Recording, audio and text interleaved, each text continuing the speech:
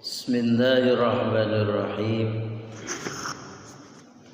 Assalamualaikum warahmatullahi wabarakatuh.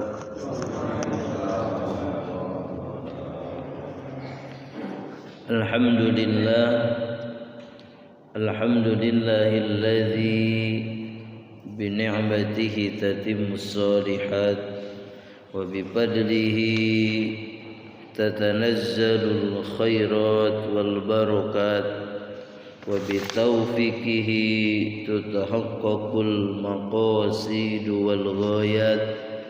أشهد أن لا إله إلا الله وحده لا شريك له وأشهد أن محمدا عبده ورسوله لا نبي ولا رسول بعده.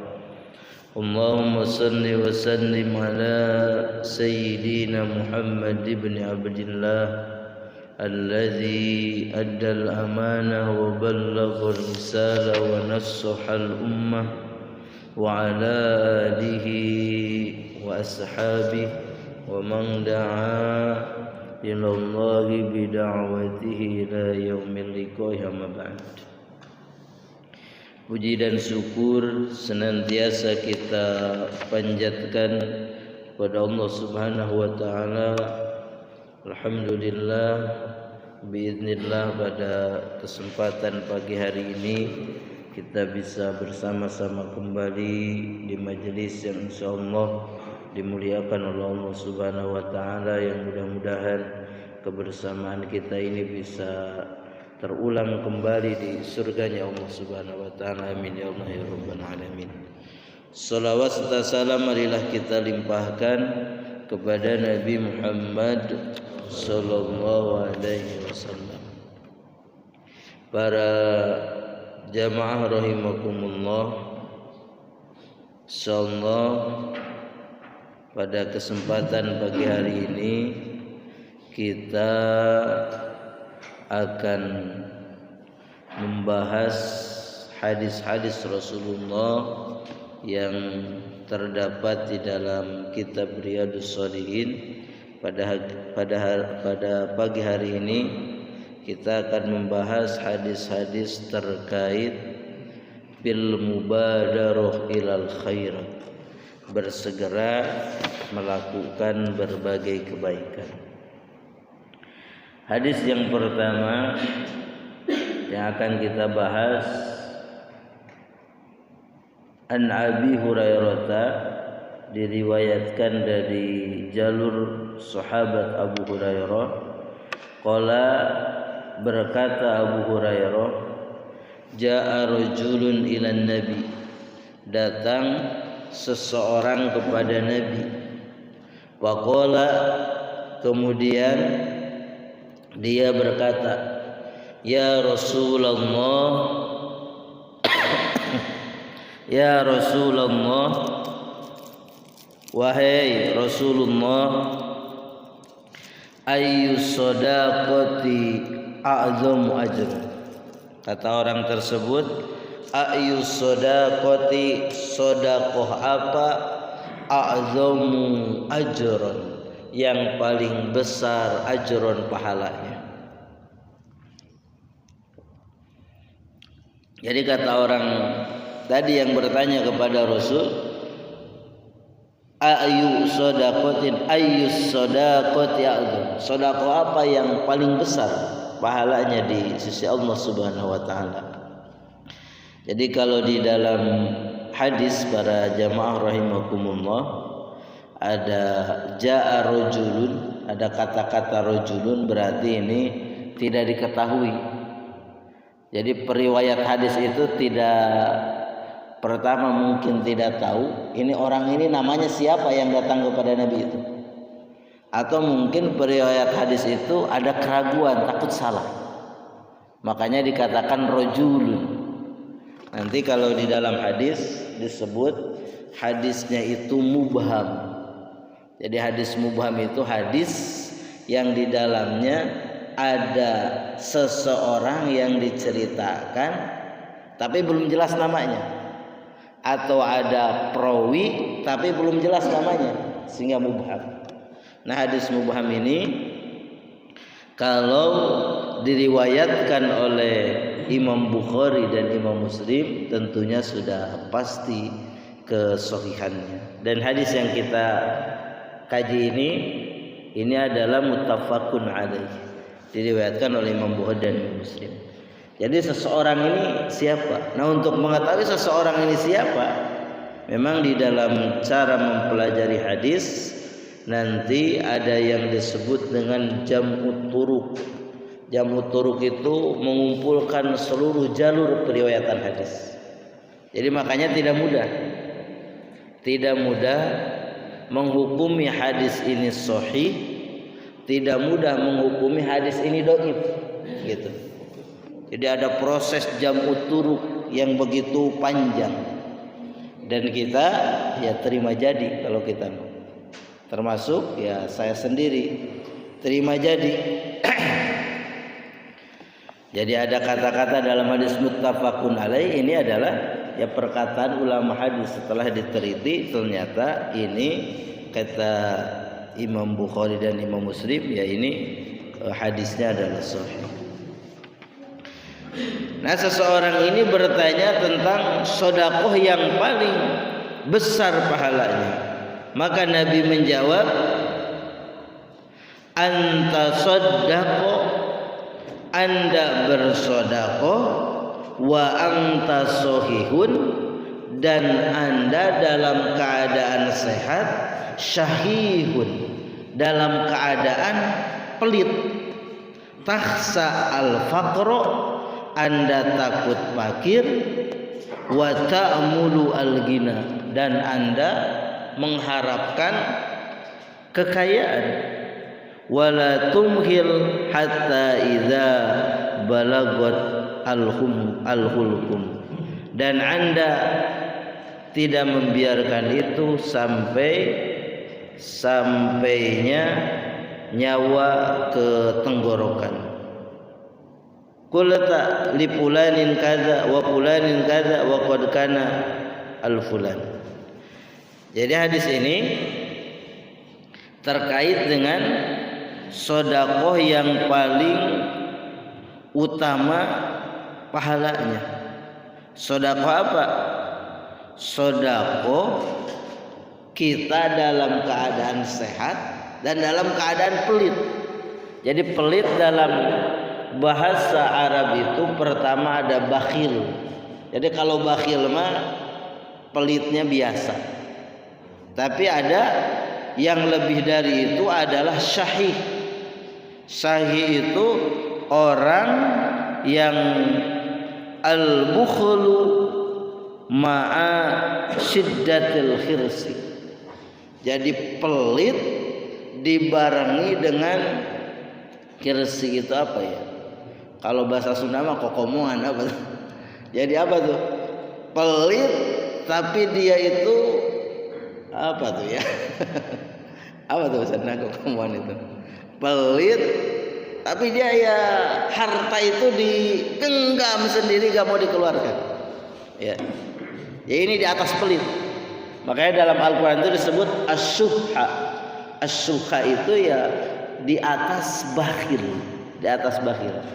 Jadi kalau makan itu makan bareng, dia itu punya uang, orang kaya punya uang.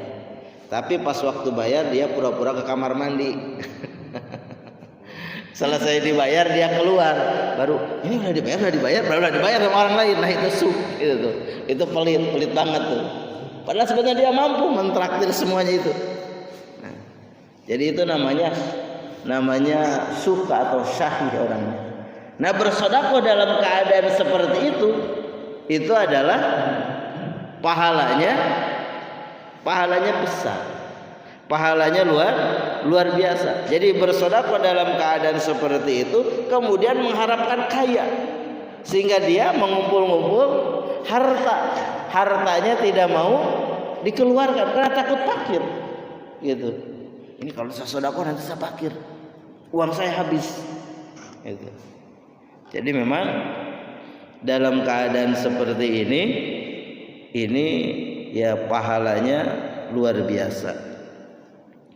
Jadi as-shadaqah as-sihah afdalu min shadaqatil marid. Jadi sedekah dalam keadaan sehat ini lebih utama daripada sedekah dalam keadaan sakit. Li'anna syuha ghalibun alal insan fi halis sihah.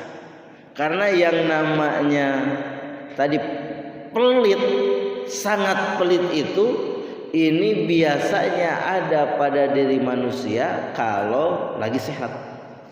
Begitu. Kan kalau lagi sakit mah ingat mati. Sedekah ini banyak sedekah. Sedekah itu tarfaul bala. Sedekah ini akan menghilangkan bala, penyakit. Terdorong tuh. Orang sakit mah lebih apa? Lebih kuat ingatnya kepada Allah Subhanahu wa taala daripada orang yang sehat gitu. Makanya kenapa kalau orang sakit itu harus kita tengok salah satu yang disunahkan dalam ajaran kita. Memang ada hadis qudsi yang menyatakan bahwa kata Allah itu, kenapa Anda tidak mendatangiku padahal aku ingin dijenguk olehmu.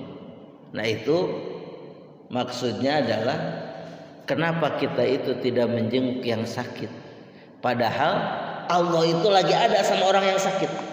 Karena tadi orang yang sakit itu lagi dekat dengan Allah. Kemudian orang yang sakit itu lagi disayang oleh Allah sebenarnya gitu. Makanya sakit itu harus dalam keadaan ridho terhadap qada. Ini mah sudah qada dari Allah, ridho ya. Tapi kalau ya ada rasa sakit kita teriak, itu bukan berarti tidak ridho sakit. Itu mah manusiawi. Ya manusiawi. Tapi dalam hatinya ridho bahwa ini ada ketetapan Allah, ini ketentuan, ini qada dari Allah bagi saya sakit ini. Nah, kita ridho seperti itu, maka memang tadi orang yang sakit itu dalam keadaan seperti itu, dia dalam keadaan paling dekat, paling ingat kepada Allah Subhanahu wa taala ya. Maka kalau nengok yang sakit itu tidak hanya kita mendoakan yang sakit, kita juga minta doa kepada yang sakit. Karena orang yang sakit sedang dekat dengan Allah, sedang disayang oleh Allah Subhanahu wa taala. Nah, dalam keadaan sakit pasti ingat kepada Allah. Dalam keadaan sakit pasti ingin sedekah tuh. Tapi dalam keadaan sehat, kaya raya, nah gitu tuh. Sehat kaya raya kadang-kadang lupa bahwa dia itu tidak hidup selamanya di dunia. Lupa bahwa dia itu akan kembali ke akhirat. Lupa bahwa harta yang dimiliki itu akan dipertanggungjawabkan di hadapan Allah Subhanahu wa taala. Bahkan orang yang punya harta mah nanti hisabnya itu, pertanyaannya itu tidak satu. Pertanyaannya itu dua. Pertama, min aina, dari mana harta itu didapatkan. Kemudian ila aina, kemana harta itu disalurkan, digunakan gitu. Itu orang yang banyak harta. Nah, maka dalam keadaan orang sehat biasanya dia itu pelit, biasanya begitu. Maka dalam keadaan itulah itu sedekah yang paling utama. Lama yukhawifuhu bi asyaitan minal fakri wa yujayyinu lahu minat tawlil umri wa hajatihi ilal mal fa idza samiha biha wa tasaddaqa dalla dzalika ala ada sidqi niyatihi wa azimi mahabbatihi lillahi taala. Kemudian dalam keadaan sehat itu, nah setan ini yukhawwifu bihi syaitan. Setan itu menakut-nakuti.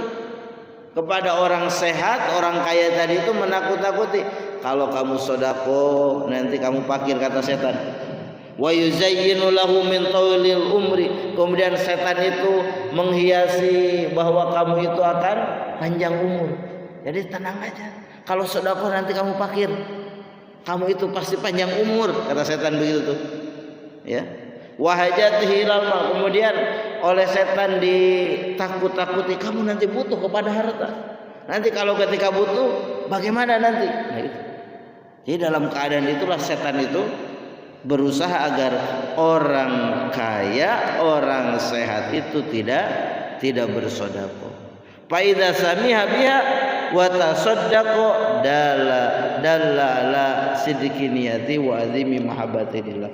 Maka dalam keadaan itu ketika dia itu mampu bersedekah, ini menunjukkan terhadap benar niatnya dan besar kecintaannya kepada Allah Subhanahu wa taala.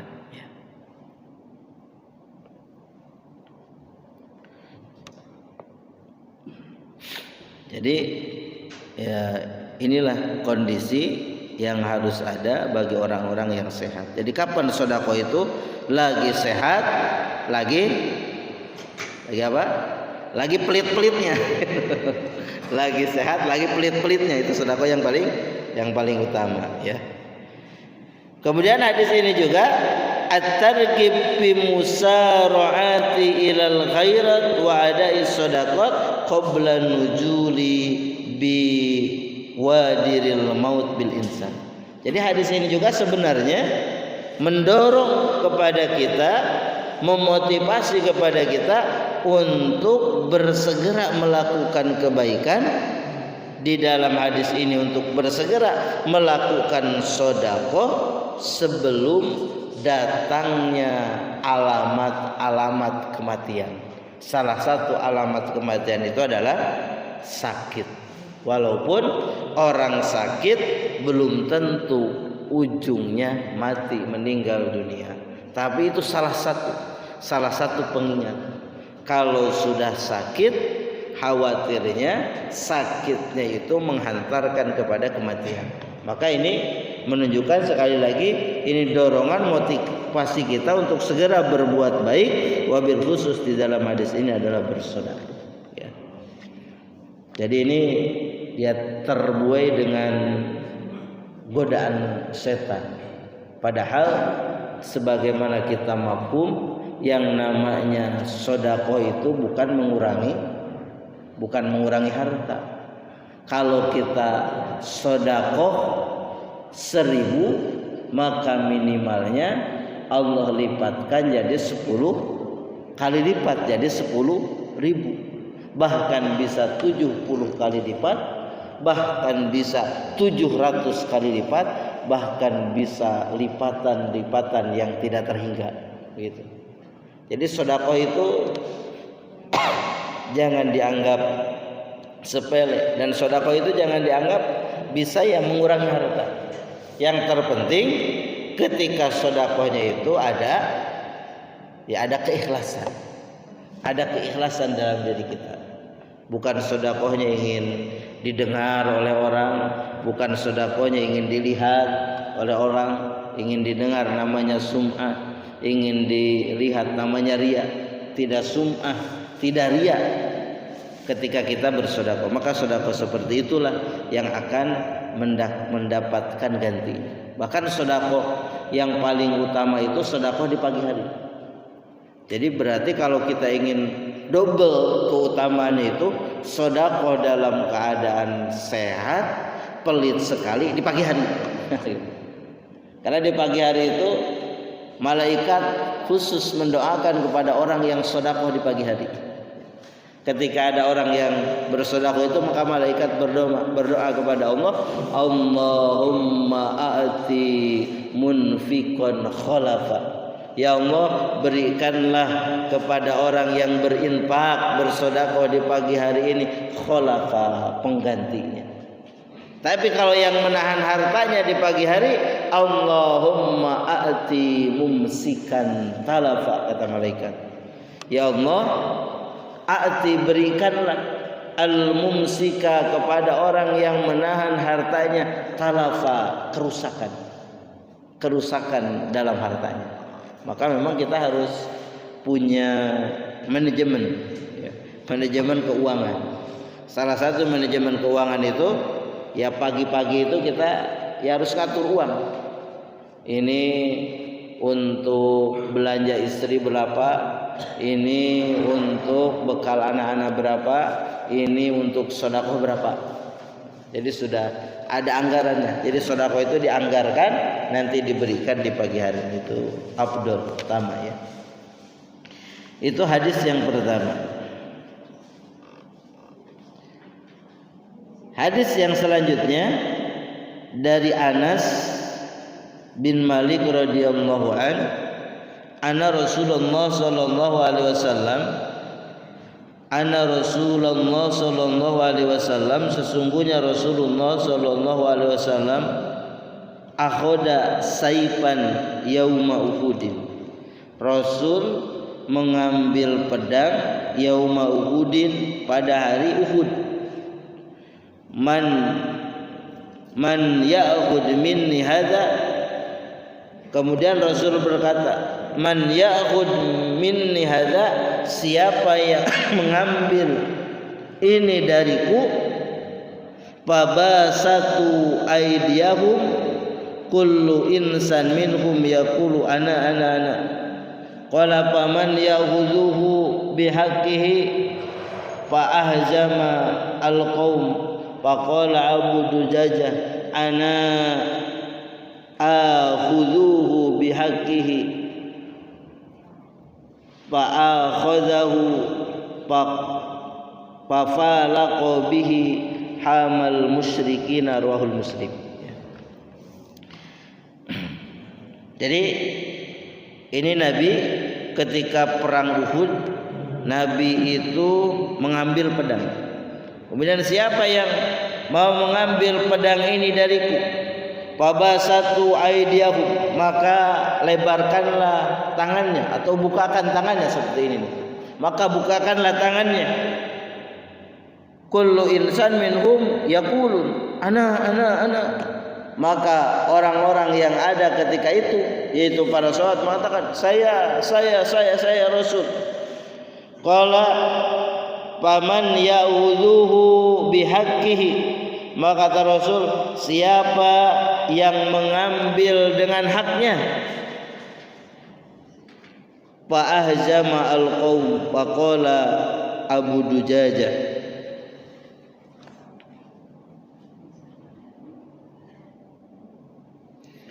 Jadi orang-orang baru para kaum itu hajama, terdiam. Faqala Abu Dujajah, maka berkata Abu Dujajah. Jadi Abu Dujajah ini adalah Simakun bin Khorsah, ya. Simak bin Khorsah nama aslinya. Mengatakan ahjama al-qaum ayat tawaqqafu. Jadi orang-orang tadi ya diam. Kemudian Abu Dujajah mengatakan kepada Nabi, ana akhidhuhu bihaqqi, saya yang akan mengambil dengan haknya. Mengambil dengan haknya itu maknanya adalah yuqawimu bihi a'da Allah wa yujahidu bihi haqqal jihad. Jadi pedang itu memang akan dia ambil untuk melawan musuh-musuh Allah, kemudian berjihad dengan sebenar-benarnya berjihad. Maka tadi Abu Dujajah, ya, Abu Dujana, dia mengambil pedang itu. Kemudian setelah itu wafalaqa bihi, dan dia dengan pedang itu menebas hamal musyrikin. Jadi kumpulan-kumpulan orang musyrik. Kumpulan-kumpulan orang musyrik.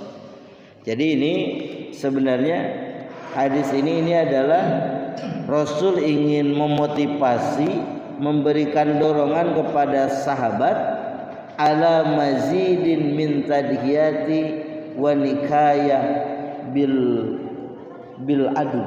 Jadi Rasul ingin memberikan dorongan kepada para sahabat untuk memiliki pengorbanan yang lebih dalam rangka melawan musuh, gitu, melawan musuh. Jadi Rasul mengeluarkan pedang, siapa yang mau mengambil pedang ini? Ini kita tahu kalau sahabat itu karakternya para jamaah rahimakumullah, ketika ada amalan dan amalan itu pahalanya besar yang sudah pasti akan menyampaikannya ke surganya Allah Subhanahu wa taala, pasti berebut ya. Maka ketika Rasul mengatakan seperti itu tadi, para sahabat, anak saya Rasul saya, begitu. Nah, ini mungkin sebagian sahabat menyangka bahwa Rasul itu mau memberikan pedangnya, ya, memberikan pedangnya kepada mereka, sehingga anak-anak hanya Rasul bertanya lagi, paman ya'khudhu bihaqqihi, siapa yang akan mengambil dengan haknya? Dengan haknya itu siapa yang akan mengambil pedang ini, tapi pedang ini digunakan untuk melawan musuh, perang ini digunakan untuk berjihad dengan sebenar-benarnya berjihad. Maka ketika dikatakan seperti itu, semuanya diam kecuali siapa? Abu Dujana yang mengambil pedang tersebut dan dia gunakan untuk apa tadi? Untuk melawan orang-orang musyrikin. Jadi memang kadang untuk ya berjihad di jalan Allah itu ya tidak semua orang berani, ya. Tidak semua orang berani. Walaupun memang sudah pasti pahalanya adalah surganya Allah Subhanahu wa taala, ya. Surganya Allah Subhanahu wa taala. Hanya sahabat-sahabat yang hebat, hanya orang-orang yang hebat di saat itu yang siap menggunakan pedang dari Rasul itu untuk berjihad di jalan Allah, yaitu Abu Dujana, ya, Abu Dujana. Kita kan di media sosial diramaikan dengan meninggalnya seorang pahlawan, ya, di Palestina itu, ya. Dia seorang ya pimpinan yang melawan orang-orang Israel yang beraninya luar biasa, keberaniannya sungguh hebat, ya.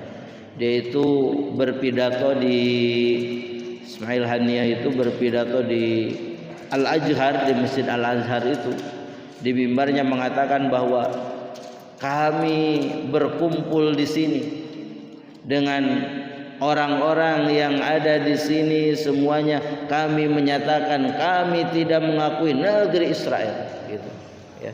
Jadi memang itu ya taruhannya seperti itu, taruhannya hidup atau mati. Tapi insya Allah orang yang berjihad di jalan Allah itu sudah dijamin matinya pasti masuk surga. Nah, ini Rasul ingin memotivasi sahabat agar ada sahabat yang siap untuk berkorban melawan musuh, ya. Ini juga menunjukkan jawaju irdisilah alal jundi lihamlihi bihaqihi. Jadi boleh memberikan senjata kepada tentara untuk dibawanya, tapi dengan haknya. Senjata itu digunakan untuk apa? Untuk berperang di jalan Allah.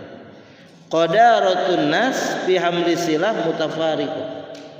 Jadi memang orang-orang itu dalam kemampuan untuk membawa senjata di medan perang ini ya berbeda-beda.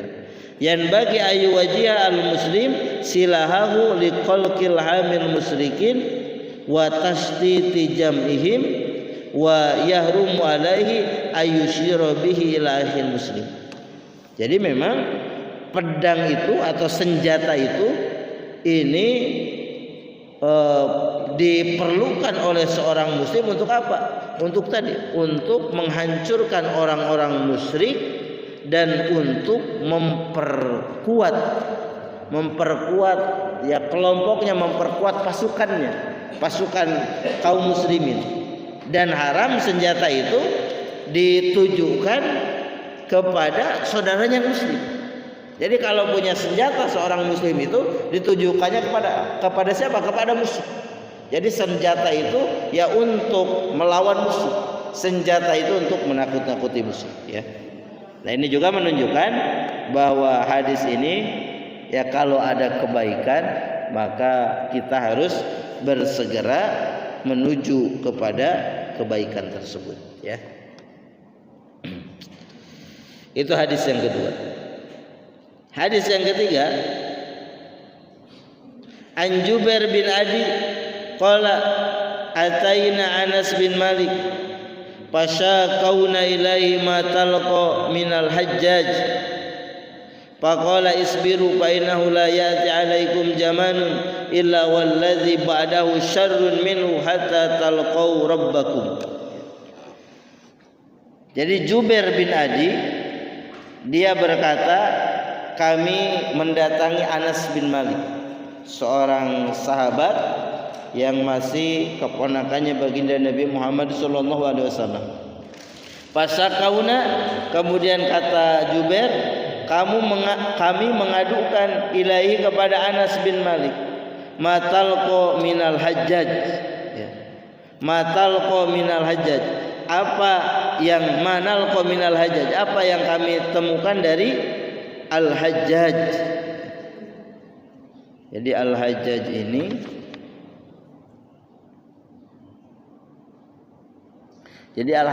ini adalah wilayatul Hajjaj bin Yusuf as-Saqafi zalimatun fahuwa mubirun sakifun, ya. Jadi Hajjaj ini adalah seorang pemimpin yang zalim, ya. Dia itu ada di daerah Sakif. Jadi mengadukan tentang keadaan Hajjaj. Hajjaj itu adalah seorang pemimpin yang zalim. Maka Anas mengatakan, isbiru fa innahu la yati alaikum zamanun.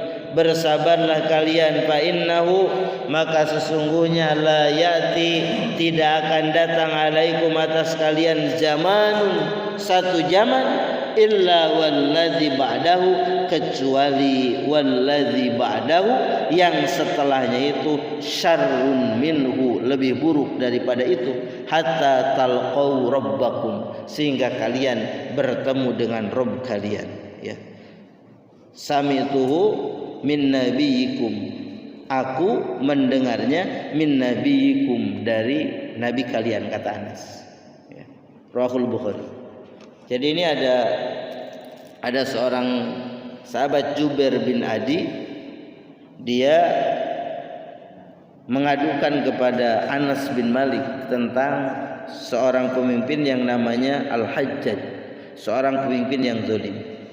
Maka kata Anas bin Malik, isbiru, sabarlah kalian, karena sesungguhnya tidak akan datang satu masa kecuali masa itu lebih buruk daripada sebelumnya, sampai kalian bertemu dengan Rabb kalian.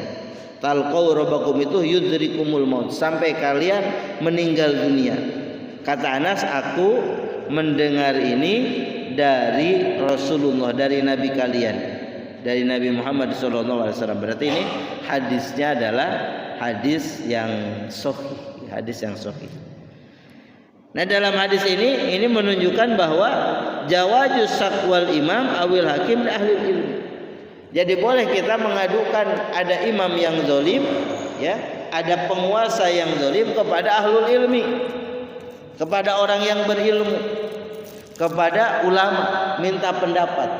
Tapi tentunya ulama-ulama yang jujur, ulama-ulama yang ikhlas, ulama-ulama yang benar pendiriannya, ya. Al-qiyadah al-haqiqiyah linnas kaminatun ke ahli ilmi. Jadi sebetulnya kepemimpinan manusia yang hakikiyah, yang sebenarnya itu adalah ahli ilmu. Jadi yang harus menjadi pemimpin yang sebenarnya itu adalah ahli ilmu, orang yang ngerti, orang yang tahu, ya.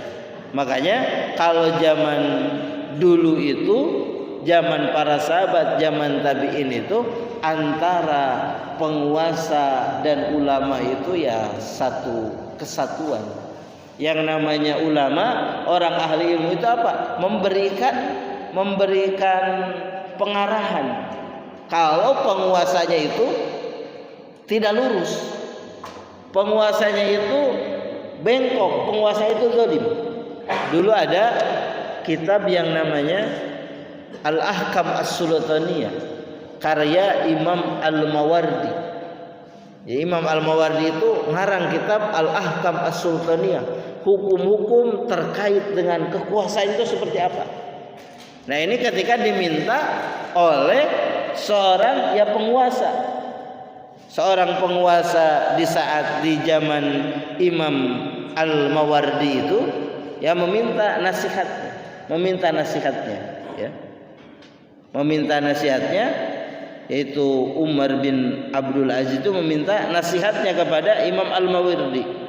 Imam Al-Mawardi itu ngasih panduan, ngasih buku. Nah, di Banten itu ada juga sebuah kitab ya. Kitab Al-Mafatih Ar-Robaniyah. Ternyata itu adalah kitab yang dikarang oleh penguasa Banten yang meminta fatwa kepada ulama di Hijaz, ulama di Makkah untuk mengatur Banten itu seperti apa. Jadi itu ada kitabnya. Ada 10 pertanyaan tentang pemerintahan dari orang Jawa. Nah, orang Jawa itu di Banten gitu. Itu kitabnya ada. Ya, kitabnya ada. Jadi makanya dulu itu Banten ini secara ya sejarah memang nyambungnya itu ke Hijaz. Sehingga minta fatwa bagaimana mengatur Banten ini. Nah, itu dulu ya. Jadi kalau dulu begitu. Nah, kalau sekarang itu nah, tidak memposisikan ulama sebagaimana mestinya gitu. Takut sama ulama, takut dikritik. Akhirnya ulamanya dikasih tambang semuanya. Ya, dikasih tambang itu semuanya. Ya, NU, Muhammadiyah, Persis dikasih tambang tuh. Ya, enggak tahu nerima tidak tuh. Ya. Padahal tambang itu pada jamaah rahimakumullah itu kalau dalam Islam itu disebut milkiyah amah, kepemilikan umum. Itu milik masyarakat.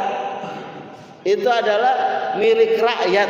Itu kalau dalam bahasa kita sekarang itu milik rakyat yang harus dikelola oleh negara. Nanti hasil dari barang tambang itu dikembalikan seutuhnya untuk kepentingan rakyat, gitu. Ya.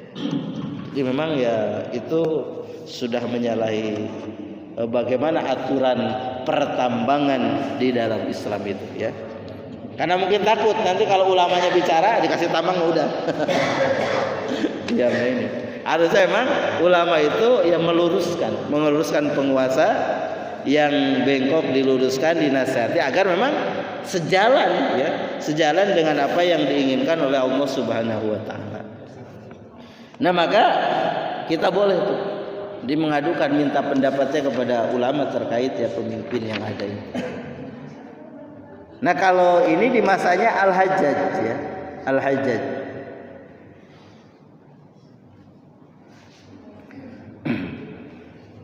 Ini juga menunjukkan hikmatu ahli ilmi wa bu'di nadrihim wa ma'rifatihim liwaqi'in nas tatajalla fi mawaqifi khirjah wa dzurufil asibah ya. Jadi memang ulama itu, ahli ilmu itu ya dia punya ya pandangan-pandangan tertentu berdasarkan ilmunya terkait dengan kondisi keadaan fakta manusia. Maka kita jangan salah meminta fatwa itu. Istihbabus sabri alal mihan wal mubadarah bil a'malis sholihah. Jadi hadis ini juga menunjukkan ya kalau ada pemimpin yang zalim maka memang kita disunnahkan untuk bersabar karena itu merupakan ujian bagi kita. wal mubadarah bil a'mali sholihah, dan kita harus bersegera melakukan amal soleh. Jadi artinya para jamaah rahimakumullah, ketika ada pemimpin yang zalim itu kita harus sabar. Tapi sabar itu bukan berarti diam. Bukan berarti berdiam diri. Ya udahlah, sabar aja. Makanya di sini dikatakan wal mubadarah bi a'mali sholihah. Kita harus bersegera melakukan amal soleh. Nah, amal soleh ketika ada pemimpin yang zalim itu apa? Adalah menasehati pemimpin yang zalim itu agar kembali kepada jalan yang benar, agar menjadi pemimpin yang adil gitu. Jadi bukan berarti yalah gak apa-apa, kita sabar aja. Itu mah bukan sabar, itu mah putus asa. Itu putus asa. Jadi kalau sabar itu kita menerima kondisi tersebut sambil kita berusaha mencari jalan yang terbaik gitu. Sambil berusaha menjadi jalan yang terbaik dan tetap ada dalam jalur yang benar. Jadi orang yang diuji dengan kesusahan, orang yang sabar itu bukan menerima, udahlah ini mah sabar aja, ini mah qada dari Allah, mungkin memang takdir saya seperti ini. Nah, itu bukan orang sabar. Orang sabar mah menerima memang ya, dengan kondisi itu dia bersabar sambil dia terus berusaha mencari jalan keluar dari kondisi tersebut agar menjadi kondisinya baik. Ketika mencari jalan keluar, dia tetap ada dalam jalur yang benar, tidak dalam jalur yang menyimpang. Jadi kalau dalam keadaan sulit, orang yang tidak bersabar itu, maka dia langsung cari jalan instan ya. Lagi banyak masalah, banyak hutang, cari jalan instan. Apa jalan instannya? Bukan datang ke dukun sekarang. Main judi online, main pinjol gitu. Nah, itu tidak sabar sebetulnya. Ya, tidak sabar. Jadi kalau orang yang sabar mah dia akan senantiasa menempuh jalan yang benar. Karena kita harus yakin para jamaah rahimakumullah, kalau kita itu menempuh jalan yang benar menuju jalan Allah, maka Allah itu pasti akan menghantarkan kita kepada solusi yang terbaik, kepada jalan keluar. Ya harus yakin itu tuh. Emang ini ya ujian keimanan. Maka sama ketika ada pemimpin yang zalim di tengah-tengah kita, sabar kita itu bukan ya mencerminkan putus asa. Tapi sabar kita itu kita bersabar menerima dipimpin oleh pemimpin yang zalim itu, disertai dengan usaha agar kita segera keluar dari kepemimpinan zalim itu, dan usaha kita itu ada dalam jalur yang benar, tidak keluar dari jalur yang salah. Nah, salah satunya amal soleh yang harus kita lakukan ketika ada pemimpin yang zalim itu adalah ya menasehatinya. Dan itu dikatakan afdhalul jihad. Jadi afdhalul jihad itu kata Nabi qaulul haq inda sultanin jairin, perkataan yang benar yang ditujukan kepada penguasa yang lalim, penguasa yang zalim gitu. Ya. Jadi jangan salah mengambil sikap nantinya. Kemudian hadis ini juga mengingatkan kepada kita, ma min jamanin yati ila waladi ba'da asyaqqu ala nasminku. Ya. Jadi Anas bin Malik itu yang mana dia dapat perkataannya dari baginda Nabi Muhammad SAW mengatakan bahwa zaman itu, masa itu nanti akan datang ila waladi ba'dahu asyaqqu ala nas. Jadi zaman itu semakin kesini nanti semakin sulit daripada sebelumnya. Ya. Maka kalau kita lihat ya zaman kan, kalau masa kepemimpinan kita di Indonesia itu dari masa Soekarno gitu. Semakin kesini semakin sulit, semakin itu semakin enak ini coba itu ya. Kalau kita lihat ternyata semakin ya tidak karuan. Nah, itulah kata Anas. Jadi zaman itu ya semakin sulit bagi manusia daripada sebelumnya. Itu menunjukkan intisarul fasad akhirul zaman. Itu menunjukkan bahwa akan tersebarnya kerusakan itu di akhir zaman. Jadi akhir zaman itu kerusakan itu akan muncul, ya. Kerusakan itu akan muncul. Nah, pada akhirnya ketika kerusakan itu muncul, maka di sana akan datanglah pertolongan Allah Subhanahu wa taala. Kalau orang-orang yang ada di zaman kerusakan itu tadi bersabar dan dia berusaha mencari jalan keluar terbaik, begitu, maka Allah akan memberikan pertolongan, begitu. Kan biasanya memang ini sunatullah, kalau sudah ada di puncak kerusakan, maka orang-orang itu baru sadar. Ini mungkin belum sadar, itu Allah ingin mengingatkan. Nah, baru sadar. Setelah sadar baru dia akan kembali kepada Allah Subhanahu wa taala. Harapannya seperti itu. Maka kalau sudah ada di puncak tapi tidak sadar-sadar, nah maka setelahnya itu bukan kebaikan. Setelahnya itu pasti akan datang bahaya, pasti akan datang bencana. Berarti kalau tidak sadar, nah keimanannya ini sense of keimanannya tidak ada di dalam diri kita. Perasaan imannya itu ya sudah hilang. Nah, yang dikhawatirkan kita seperti itu, ya, yang dikhawatirkan. Jadi ini adalah sikap kita yang diajarkan oleh baginda Nabi Muhammad SAW. Adamul khuruj anil hukam wal wula malam ya'tu bi kufrin bawahin ingdal umma alaihi minallah burhanun. Jadi memang kita tidak boleh adamul khuruj, tidak boleh ya keluar dari penguasa yang zalim. Ini mah penguasa di Indonesia itu zalim, udah hijrah aja kita. Nah, gitu tuh. Gak boleh keluar atau gak boleh memerangi, ya udah sudah kita bunuh saja tuh penguasa zalim itu. Gak boleh, kecuali penguasanya itu kufron bawahan. Jadi nyata-nyata kufur. Jadi kekufurannya jelas gitu.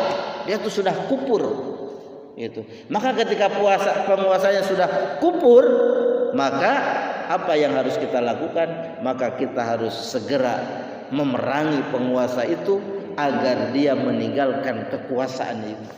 Begitu, ya. Jadi kalau masih melakukan perbuatan zalim, maka tugas kita apa? Tadi tugas kita itu menasihatinya, ya. Maka di sini dikatakan malam ya'tu bi kufrin bawahin, ya, selagi tidak mendatangkan si penguasa itu bi kufrin bawahin kepada kekufuran yang jelas. Ingdal umat alaihi minallahi burhan.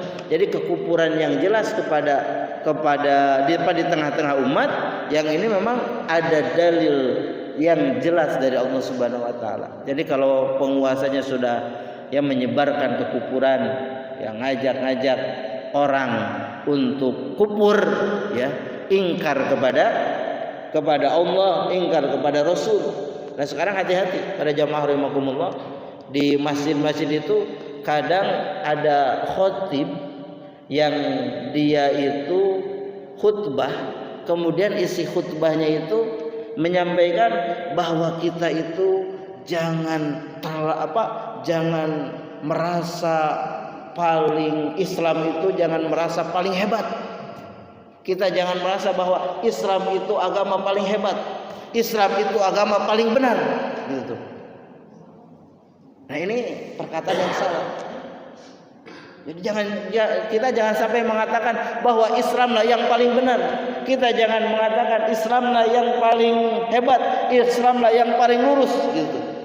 Itu disampaikan ke orang Islam, ke orang Islam. Ini ajakan yang salah. Itu kalau seperti itu khutbahnya kalau menurut Al-Fakir itu khutbahnya tidak sah. Karena dalam khutbah itu syaratnya adalah mengajak kepada takwa. Kalau mengajak kepada takwa, ingatkan kepada ketakwaan, ketaatan kepada Allah Subhanahu wa taala.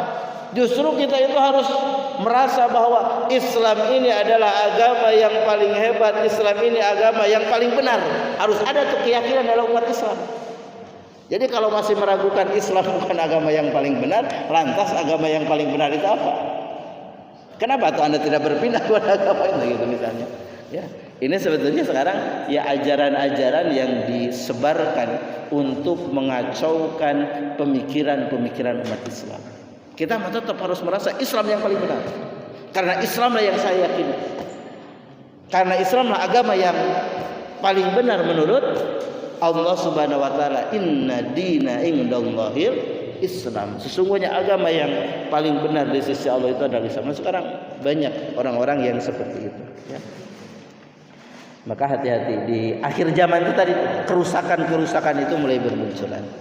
Maka sekali lagi berarti sikap kita ketika ada pemimpin yang zalim bersabar dan disertai dengan usaha menasehati pemimpin tersebut agar kembali kepada keadilan, agar berbuat adil di tengah-tengah umat. Begitu para jamaah rahimakumullah yang bisa disampaikan. Iya, mangga. Kalau masih ada waktu mangga. Kalau saya masih. Alhamdulillah materi sudah kita dengarkan dan Ustaz sudah menyampaikan. Kami dari DPR memberikan kesempatan kepada para jamaah sebelum nanti mencicipi sarapan paginya. Dipersilakan barangkali ada yang perlu didiskusikan.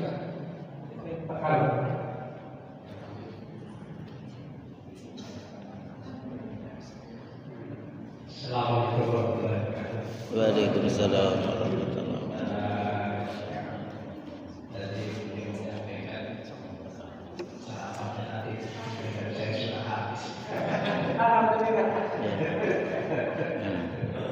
Jadi Pak Ustaz, jadi komen Pak Ustaz tadi dan ceramah Pak Ustaz tadi dan catatan dari saya bahwa pahala sedekah yang besar itu adalah pada kondisi ikhlas dan pada kondisi benar-benar bakhil tadi ya, bakhil dari awal. Iya.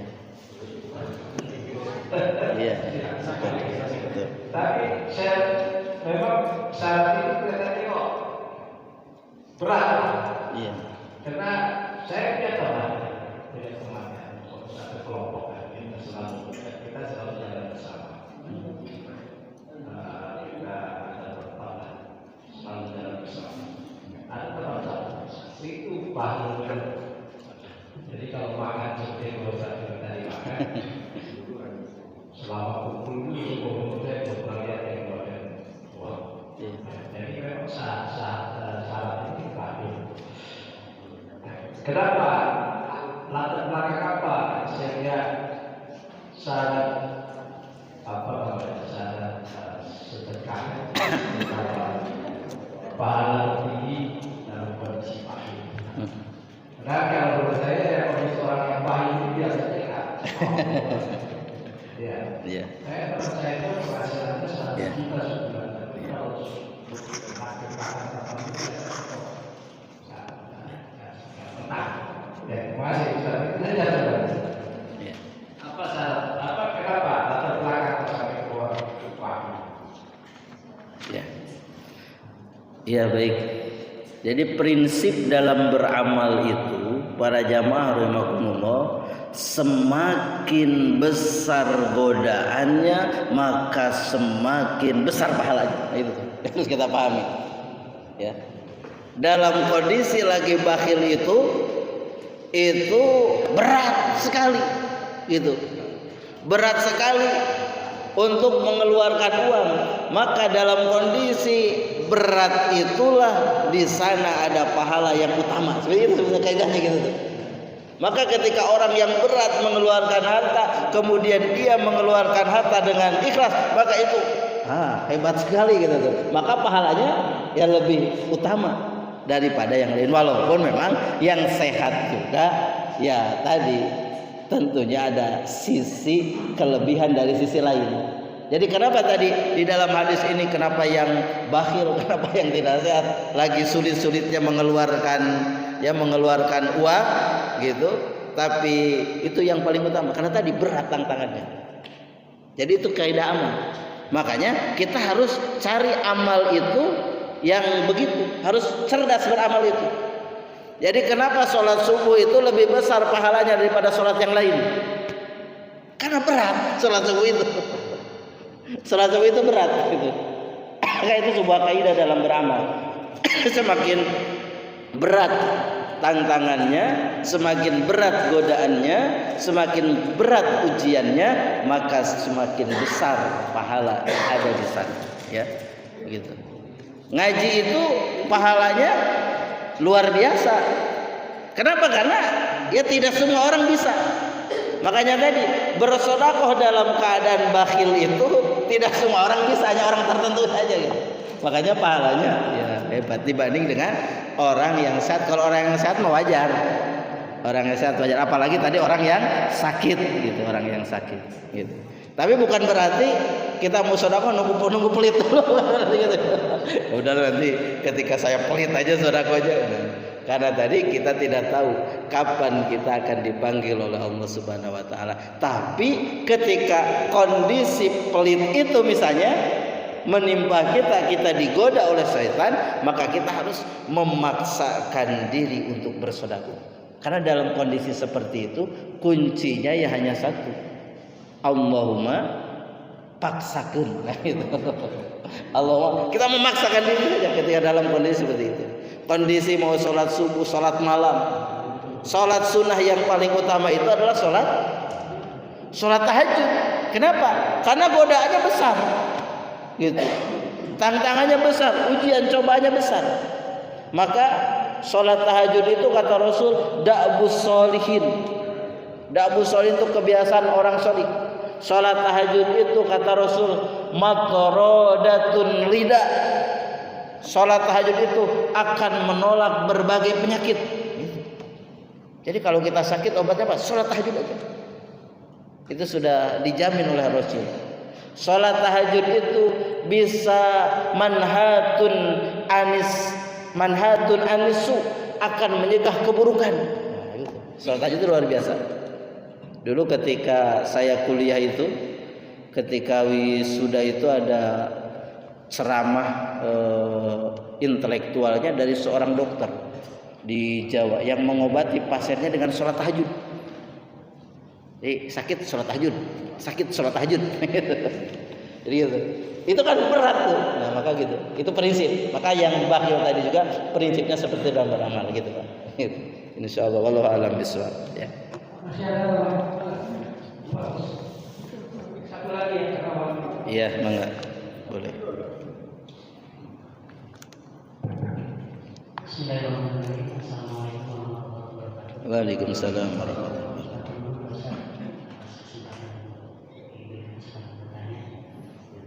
Alhamdulillah tadi saya menyimak baik terkait dengan hadis-hadis yang disampaikan oleh Pak Ustaz. Salah satunya adalah hadis tadi tentang sedekah. Ini kan sekarang beberapa bulan ke depan kita masuk ke dunia politik lagi kita ada Ustaz. Acara-acara sedekah kepada calon-calon. Iya. Nah itu bagaimana hukumnya sedekah itu hartanya itu didapatkan dari harta yang tidak sesuai dengan syariat Islam atau melanggar hukum yang berlaku. Harta apa? Sedekahnya didapat dari tidak sesuai dengan syariat Islam atau melanggar hukum. Iya. Sementara di dalam, kalau tidak salah pernah saya baca dalam surat An-Nisa ayat 29-30 diperintahkan kepada orang yang beriman itu untuk tidak memakan harta sesama kecuali di dalam ada perjanjian perdagangan, misalkan suka sama suka bahasa bisnisnya itu dibilang. Nah jika melanggar itu maka Allah akan mengganjarnya dengan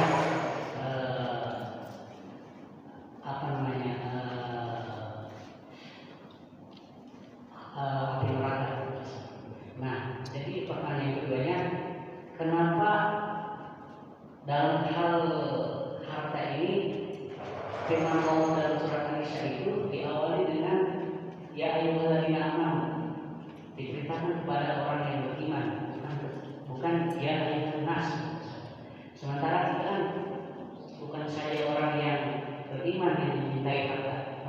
juga tidak.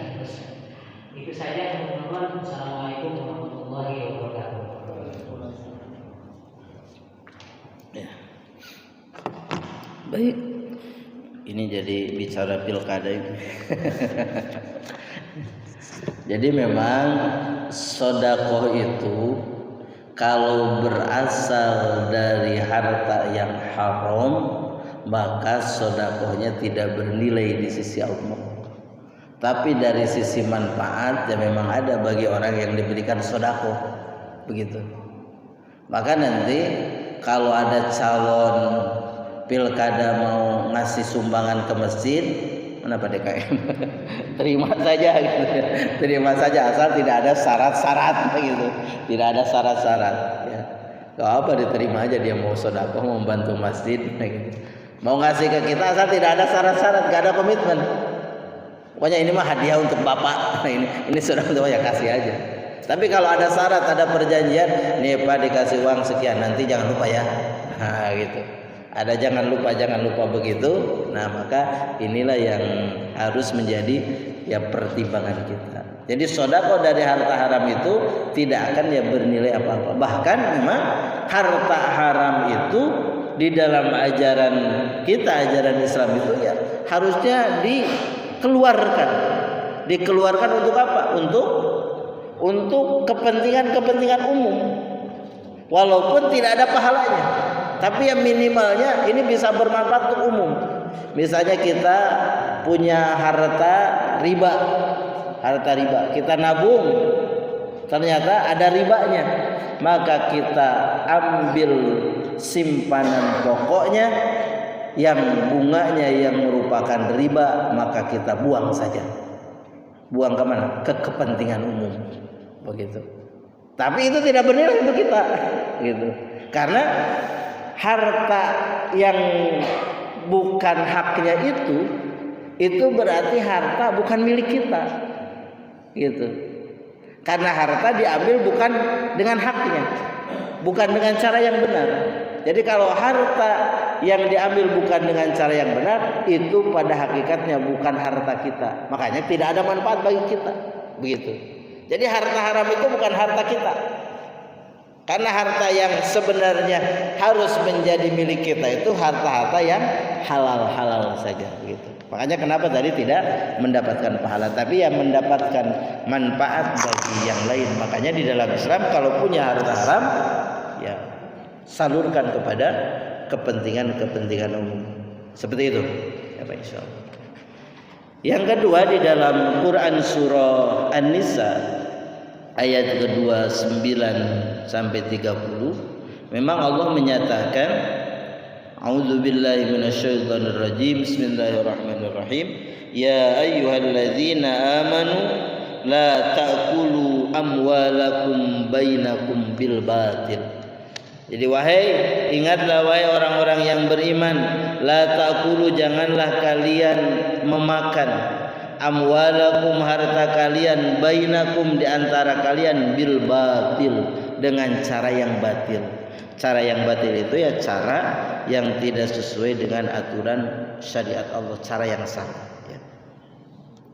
Wa may yaf'al dzalika udwanan wa zulman fasaufa nuslihi nar. Maka yang melakukan itu fasaufa nuslihi nar, maka dia akan dimasukkan kepada api neraka. Wa kana 'alallahi yasir, dan itu bagi Allah mudah. Jadi di dalam ayat ini kenapa diawali dengan ya ayyuhalladzina amanu, tidak ya ayyuhan nas. Ya, tidak ya ayyuhan nas. Memang ketika ada ayat-ayat Al-Quran diawali dengan ya ayyuhalladzina amanu, ini memang tujuannya untuk mempertaruhkan keimanan kita. Ya, keimanan kita. Tadi kalau dikatakan kan ya semua manusia juga. Ya semua manusia juga kalau punya harta seperti itu.